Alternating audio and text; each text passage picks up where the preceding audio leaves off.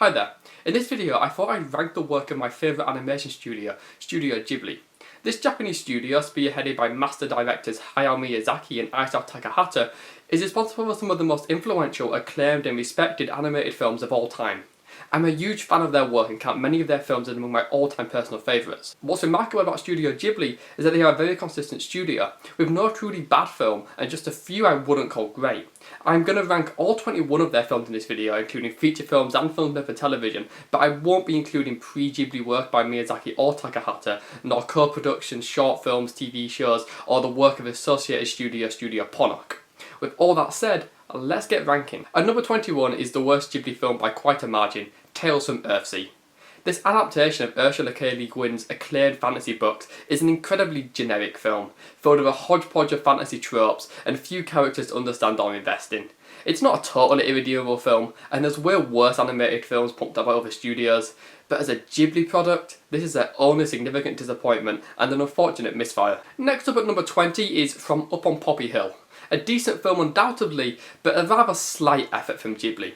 Its story is small in scale, as with so many Ghibli films, but its very specific plot and setting means From Up on Poppy Hill doesn't have the universality of Ghibli's greater works. There's nothing particularly wrong with From Up on Poppy Hill, but it's an uninspired film that works well but is really impressive. I'm entering controversy at number 19 by picking Howl's Moving Castle. This acclaimed 2004 Hayao Miyazaki directed film is an endlessly imaginative and exciting fantasy. Unfortunately, it has little to no breathing room, and none of its ideas or characters are well fleshed out.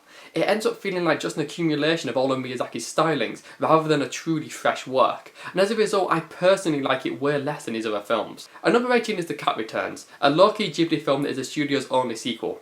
Well, kind of. There's a lot of childish fun to be had with The Cat Returns, but its lightness makes it shallower than other Ghibli films, and it lacks precise elegance that makes their other children's films a bit better. Nonetheless, The Cat Returns is perfectly fine and probably a strong film overall. The first Isao Takahata movie on this list, number 17, is Porco. Porco is a very purposeful film with some very overt environmental messages, but it's also a homage to Japanese traditions and stories. There's a lot to enjoy in Porco, but it is also a convoluted collection of disparate sections that is so rooted in Japanese culture that I found it hard to truly love and understand.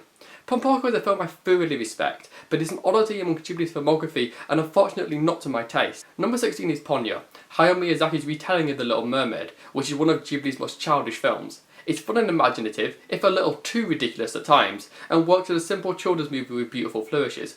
It's definitely a minor Ghibli work, but Ponyo is generally a strong film all around. Perhaps the quirkiest Ghibli film, number 15 is My Neighbor the Yamadas. This sketch film, covering the comedic adventures of one family, is delightful and unpretentious. It has mixed quality amongst its various scenes, but the unusual animation and light tone makes it a very easy and interesting watch. And number 14 is Arrietty, one of the many Ghibli films inspired by a children's book, and the sort of European-Japanese fusion that Ghibli does so well.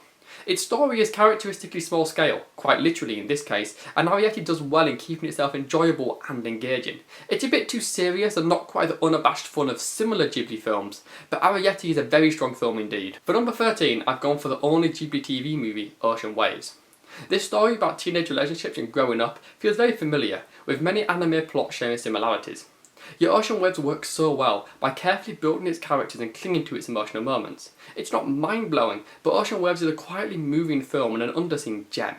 In fact, I'd say it's the first truly great film on this list, which, considering we're not even halfway, just shows how incredibly consistent Studio Ghibli is. For number 12, I've chosen Kiki's Delivery Service, a thorough delight of a children's film. It's a simple growing-up story with fantasy flourishes, and yet this is a film with a big heart.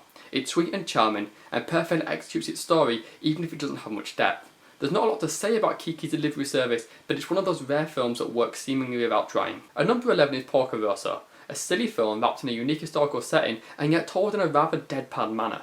There's something oddly endearing about Porco Rosso, which might be because of the memorable characters, or because of the fantastic moments of flight, or maybe it's just the way that it tells its stories earnestly whilst maintaining its edge of fun. It's a strange film, but Porco Rosso is a great watch. At number 10 is the oldest Ghibli feature film not directed by Miyazaki or Takahata, Whisper of the Heart. Whisper of the Heart is grounded and realistic, allowing its few moments of fantasy to stand out, but it's a moving and strongly made film that tells a story full of characters worth investing in. It's an underseen Ghibli film, but Whisper of the Heart is one of the studio's better minor efforts. For number 9, I've got for Hayao Miyazaki's Castle in the Sky, the fifth film made by Studio Ghibli. This fantasy adventure is infused with inspirations from all over history and culture, but Miyazaki brings them together in a seamless blur of imagination. It's a bit rough around the edges, but Castle in the Sky shows off the skill and talent of those working at Ghibli and does so whilst telling a fantastic and fun story. Going to the opposite end, number 8 is Miyazaki's last film, The Wind Rises. As a historical biopic, The Wind Rises presents a departure for the usually fantasy-driven director, but this deeply personal movie becomes both a metaphor for Miyazaki himself and a tribute to the legacy of Ghibli, all whilst carefully showing how to find beauty in the darkest of times. It's a morally messy movie, but as human problems have no easy answer, The Wind Rises is a powerful tribute to legacy and life. And number 7 is My Neighbor Totoro, quite possibly the simplest movie Ghibli ever made, and yet also one of their most humbling. The story has many levels in spite of its aimless, structureless nature, and this is a film that mingles sadness and happiness from a perspective few films ever seem to truly capture, the perspective of a child. Quite possibly the greatest movie ever made for children when viewed solely on those terms, My Neighbor Totoro is the fifth film on this list that I'm going to call a masterpiece. For number 6, I've gone for Only Yesterday, a powerful film of realism from director Isao Takahata. As a tale of life fusing two histories, two settings, two Japans, two ages, two perspectives, Only Yesterday reminds us of the moments which define us and make the smallest of things feel very significant. Finding who you are can be very difficult, especially when growing up, and Only Yesterday is an effortless showcase of struggles we can all relate to. It's an absolute gem and often ignored in favour of flashier Ghibli movies, but it's well worth checking out if you haven't seen it already. Number 5 is When Marnie Was There, a film which fuses two common types of Ghibli films, those rooted in fantasy and those rooted in realism. It's a film that anyone introverted can find a level of connection to, and it's a wonderfully animated ode to Ghibli's greatest stylings. It's emotionally true, messily powerful, and ultimately a masterpiece of happy moments surrounded by deep, deep sadness. The final film of Isao Takahata, number 4, is A Tale of the Princess Kaguya, a film that I might even say is the most beautiful animated film ever made. It's stunning in how it looks, yet there's so much more to it. Not only is it rooted in folklore and told very traditionally, The Tale of the Princess Kaguya is a genuinely devastating film that shows us the worth of living and does so with a perfectly delicate touch. It's a monumental masterpiece. Yet another masterpiece at number 3, Spirited Away. This incredibly iconic film is one of the greatest fantasy films ever made.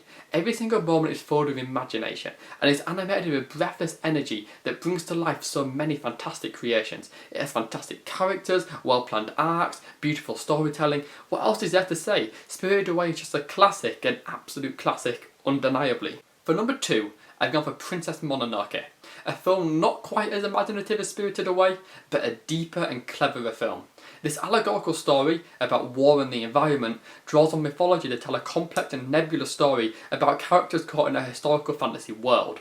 It's powerful in its visuals, which are often beautiful and also often disgusting, and in its themes. Princess Mononoke is just mind-blowing on every watch, and Miyazaki's most perfect work. At number 1, my personal favourite Studio Ghibli film is Grave of the Fireflies. This film tears me apart every time I see it. Nothing brings the horrors of war to life quite like this incredibly depressing tale of two children dying during World War II. What makes this a masterpiece is the fact that it isn't always sad. It manages to show many trivial moments of joy, and those moments destroy you when the saddest scenes happen. It's animated starkly and without much flair, but this style only makes its tale of war more ubiquitous. It's a film that leaves me broken on every watch, and for that alone, it's a Ghibli film that I most deeply cherish. A real soul-shattering experience. So that's my rankings of the films of Studio Ghibli. Thanks for watching. I'd love to hear your thoughts and see how much people agree with my order, so please comment on your own rankings if you want. Please like this video and you can subscribe for more lists and reviews. If you want to read my reviews, you can follow me on Letterboxd or Twitter, links in the description. And thank you once again for watching.